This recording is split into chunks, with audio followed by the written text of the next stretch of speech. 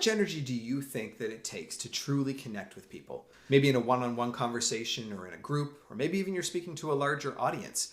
I think that it actually is going to take more energy than you think, especially when we're just getting started, learning about connection, learning about personal development, growth, and leadership. I think eventually we start to understand how much energy is required, but when we're learning about that, wanting to get better and wanting to improve in our connection with people, I believe it's going to take more energy than you think because it's going to take longer than you think. And so when you know that, then in my mind, you've got to ask this sort of follow-up question, okay, well, where is that energy going to come from?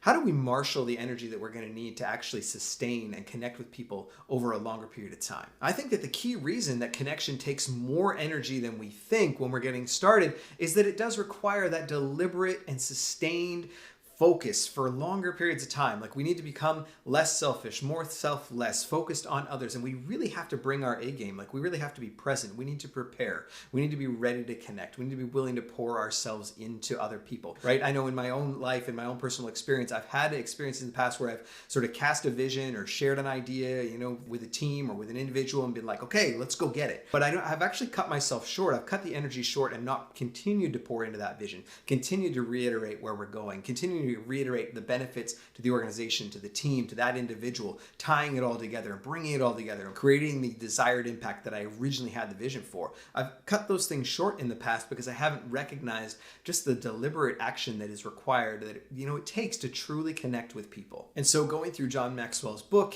Everyone Communicates, Few Connect, we're in chapter 4 where he talks about how connecting always requires energy. And that makes sense, right? We're pouring into other people. It requires sort of this intentionality. We need to be sowing into learning about other people, sowing into learning about ourselves, understanding, our message and how that can affect and improve and impact the lives of other people. And we get to bring that energy always. That's the leader's responsibility. It's the leader's responsibility to show up and bring that energy and pour into that relationship, pour into that connection point. And as I was going through the chapter, I found this one part that I found to be the most sort of helpful and impacting, where he talks about, because connecting requires energy, it requires consistent energy over longer periods of time than maybe we think that it could or should. It requires stamina. And in order to sustain something like that, then we need to know as leaders, as the person learning how to connect, we need to learn how to recharge. And we need to know what recharges us so that we can have that energy to pour into the connections that we have. And when I read that, it just felt like a breath of fresh air to me, because up until that point in the chapter, it was exciting,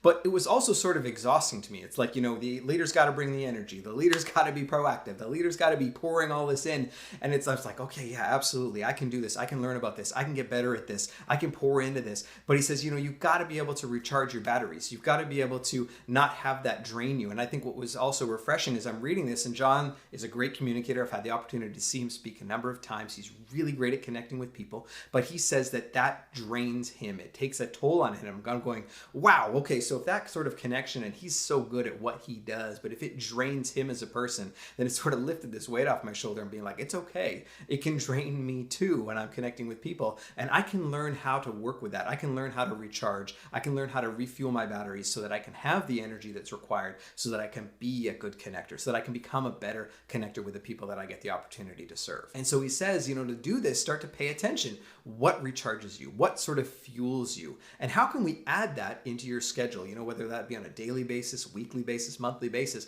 But what are the things that sort of recharge you and refuel you? So for myself, I know that I love to read. If I'm in a great book, I find that very recharging. I get fueled up when I'm reading something great. That can be fiction and nonfiction. But if I'm in a great book, I can find that to be really refreshing. I enjoy just time alone outside in nature, getting out for a walk or getting a workout in. That really can sort of refuel me and get me recharged, even though I don't feel like it. I don't want to get off the couch, right? I know that time, spent with my wife and we're just hanging out and having a laugh and enjoying without a whole agenda or a whole lot of things going on, that really refuels me. It charges me up and gives me that energy to get back out to be able to connect with people. But I need to know what those things are, and I need to create space for those things in my life so that I can have the energy required to be able to continue to connect with the team that I get the opportunity to serve. Now, if you know me or if you've seen any of the videos in the past, you might say, well, we know, Jason, you're an introvert. extrovert, of course you need to recharge. That's, part of being an introvert. I don't get my fuel by being with people. I get my fuel by being alone, doing introverted type things. That's what I need to recharge. Even if you're an extrovert, when you're actually deliberately pouring into connection with other people,